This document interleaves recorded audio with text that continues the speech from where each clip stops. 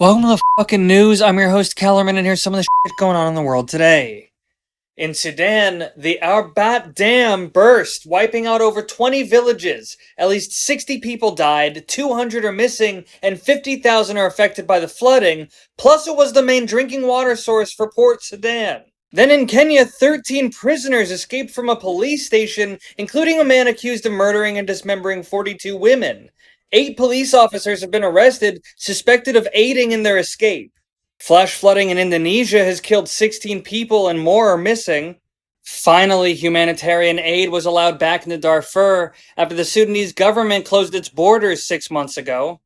And Russia launched a huge drone and missile strike on Ukraine's power grid, killing at least 7 people, injuring almost 50, and causing water and power outages in as many as 15 cities. Fuck. Welcome to the fucking news. I'm your host, Kellerman, and there's a lot of shit going on in the world, so shut up for a second.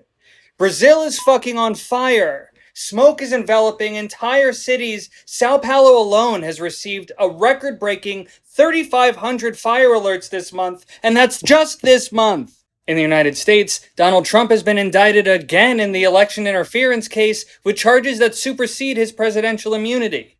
The CEO of messaging app Telegram, Pavel Durov, has been arrested in Paris for basically all of the illicit activities the Telegram app is used for, including distribution of fucked up images of children.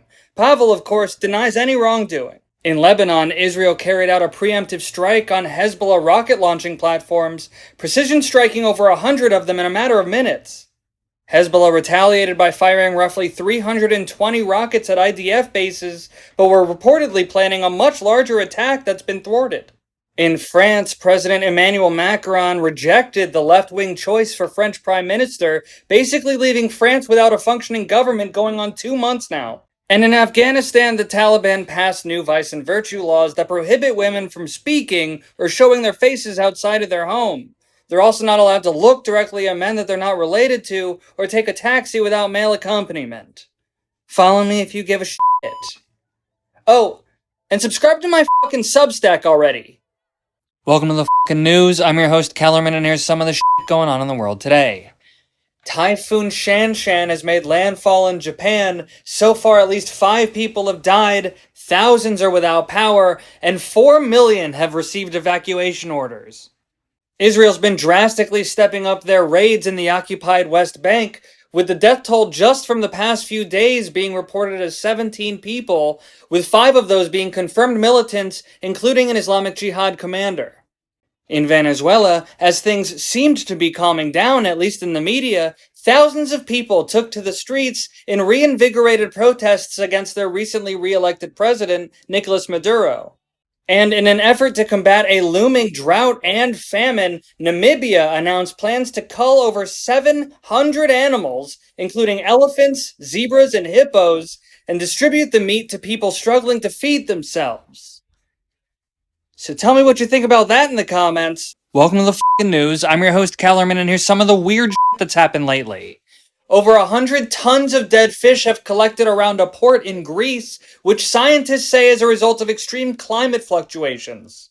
The X app, formerly Twitter, has been banned in Brazil after the company failed to name a new legal representative by a court-appointed deadline.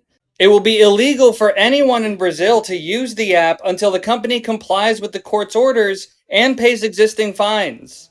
Also in Brazil, the roof of a church collapsed, killing 2 people.